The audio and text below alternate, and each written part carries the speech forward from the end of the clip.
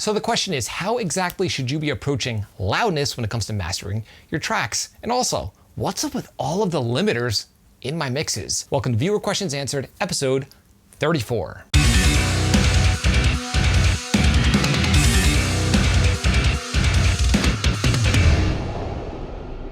So before we jump into this excellent group of questions submitted by my subscribers, I just want to let you know that if you're struggling with your mixes and productions, you have to understand that so much of your results comes down to how well you understand fundamental EQ and compression.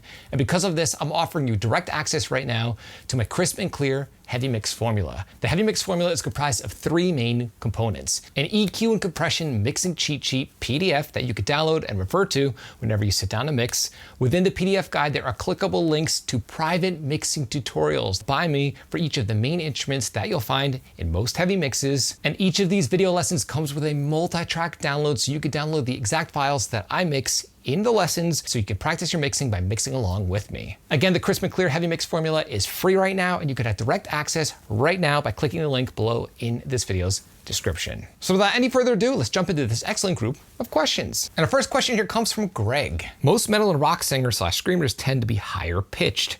For those of us who are natural low bass, or baritone range, do you have any modifications to your mixing process compared to this more normal sounding screaming? I'd assume just boost where it complements the voice pattern. Well, Greg, this is a great question, and I actually take a similar approach to what you mentioned, but it's actually the opposite in a way.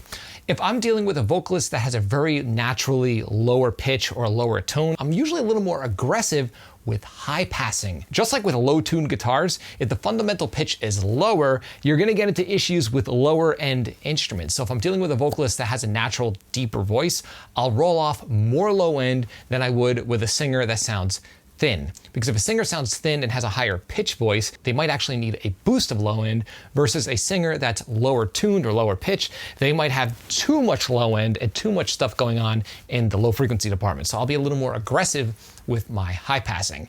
Exact frequencies, it really depends. I do not play by rules in this department. You know, let's say if I normally roll off around 150 hertz on most singers, if someone has a really deep voice and it's sounding gargly in the low end, I'll generally roll off maybe 200, 250, even 300 hertz in extreme cases, but that's my approach. It's pretty straightforward when you think about it. Whatever there's too much of frequency-wise, I remove. Whatever there's not enough of, I add. Great question, and hopefully this points you in the right direction. Our next question here comes from Mr. Johnny Michael. Thanks, Bobby, great video. It's been 1 year since I've been following your channel, and it's really helped my mixes that are now starting to translate. One question, in your mixer, I saw multiple limiters on the individual tracks, and can you explain to me the reasoning why you're using limiters on the individual tracks and what you're trying to solve in your mix? Thanks, Johnny Michael. Well, Johnny, let me just tell you this. If you haven't downloaded my crisp and clear heavy mix formula, I talk a lot about this and explain to you in detail why I use limiters in my mix. Again, it's absolutely free. There's a link below in this video's description,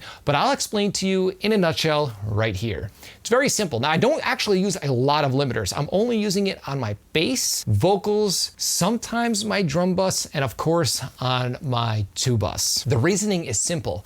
Brick wall limiters are great when you want to prevent peaks from exceeding a specific threshold, because remember, a brick wall limiter does not allow anything to exceed a specific threshold that you choose to set. Now, it's easy to get into trouble when using these limiters if you don't know how to use them, but that's where something like my guide will come into play and help you out. But the concept is simple. If I want something unmoving in my mix and I really want to prevent stray peaks, I'll use a brick wall limiter intentionally. I'm not using it haphazardly. I'm not using it arbitrarily. I'm using it specifically on the instruments, and only the instruments that I want to be very, very unmoving in the mix. If you notice, I don't use it on kick drums, snare drums, or rhythm guitars for a very specific reason. I want those to breathe naturally. So Johnny, thank you so much for this excellent question, and hopefully this helps others out there that are wondering why I have limiters going on in my mixes. Okay, our next question here comes from Mike. Hey Bobby, I work with limited VST software for my drum sampling, considering I'm not a drummer. And I notice when I use certain drum kits, it sounds better with different tunings of the music. So my question is there any methodical approaches to tuning a kick or snare to correlate with the rest of the music? I record all of my guitars in drop B.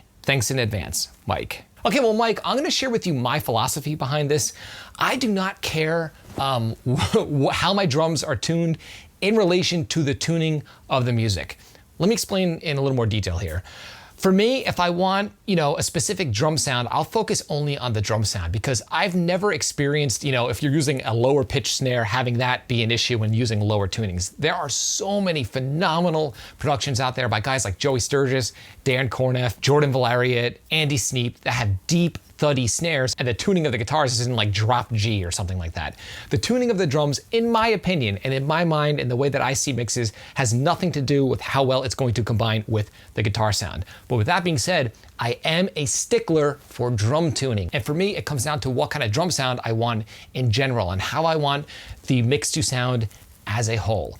Let me give you an example. Let's say I want a nice, natural, roomy drum sound that's still crisp and clear and tight, but I want it to be present and I don't want a lower pitch snare. I want more of a mid-range snare.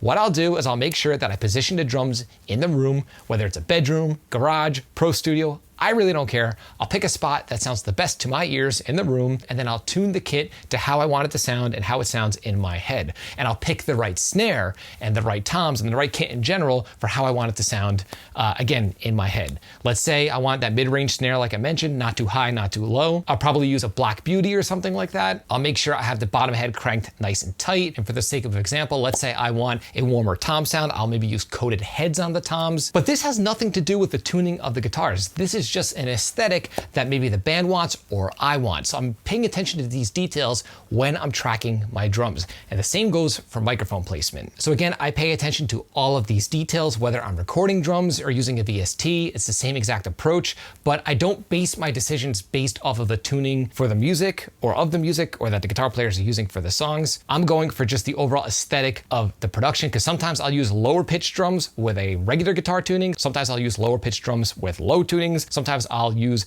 higher pitched drums for like an indie rock track with higher tunings and so on and so forth. It really doesn't matter when it comes to guitar tuning versus drum tuning. That's just the way that I approach it. So hopefully this makes sense and points you in the right direction and gets you focusing on the things that are really gonna push the needle. And let me know if that makes sense and good luck on your future productions. And our final question here comes from David and it is a good one. Hi Bobby, what is your approach when dealing with loudness? Do you think it is worth achieving maximum loudness considering all of the loudness penalties with streaming services? If so, how do you get it without harming the mix? Do you think it's necessary or not that important? Thanks for all you do. Cheers from Italy. David. Okay, well, David, the topic of mix loudness is a hot one, and you have two schools of thought here. Most engineers, especially if they're starting out, will obsess about the loudness of their master or mix, and then you'll have guys like me that really don't pay attention to it much. I'm gonna share with you my approach because it's so simple. I will reference specific mixes that are my favorite, that I've been referencing for the past 10 years, and I'll just make sure that my mix or master is perceivably as loud as that mix or master. I don't worry about the exact RMS values or the exact how it looks on a meter or any of that because again, streaming services are so unpredictable and from what I've heard, the rules are always changing and you'll drive yourself nuts. I can't tell you how many times I've been listening to Spotify where they'll play a mix by Nirvana, which is way quieter than let's say a mix by Periphery and the Nirvana will sound louder. It happens all the time. So I just stopped worrying about it and I just reference other mixes that I'm a fan of. And I just match it in its apparent volume. I don't say to myself, oh my God, it's gonna peak at -6. If it doesn't peak at -6, oh, I'm gonna be penalized and my mix is, I don't worry about it. Now with that being said, I do wanna mention this. I master my own mixes, but when it comes to specialty releases like vinyl or cassette tape, I always prefer to work with a professional mastering engineer who specializes in those formats. So when it comes to analog releases, again, like vinyl, I wanna work with a mastering engineer that knows what they're doing for those releases because it's not as straightforward as just printing the CD version. But when it comes to digital releases like Bandcamp or streaming services, I just mix and master it like I did back in the CD days, and I don't worry about it. That's just my approach. That's what I've been utilizing for the past 10 years, and no one's ever complained, so I'm sticking with it. Excellent question, and let me know if that helps you out. I would just like to shout out and thank everyone for submitting this excellent group of questions. If you sent me a question through email and I haven't gotten to it yet, just be patient. I will definitely get to your question within one of these videos in this series. And again, if you're looking to improve the sound of your mixes with the gear you already have, you could have direct access to my heavy mix formula for absolutely free. You get an EQ and compression mixing cheat sheet, private mixing tutorials, and a multi-track download that accompanies each of the individual video lessons. I'm offering it to you right now for absolutely free, and there's a link below to the heavy mix formula in this video's description. If you found this video helpful, like, comment, subscribe, and share. And do not forget to click the little bell icon so you can be notified every time I upload our weekly videos on all things Metal Rock production. If you're interested in some Frightbox swag, I've got t-shirts, mugs, and a ton of other cool stuff on the way. There's a link below to the Frightbox merch store in this video's description. Until next time, happy mixing and mastering.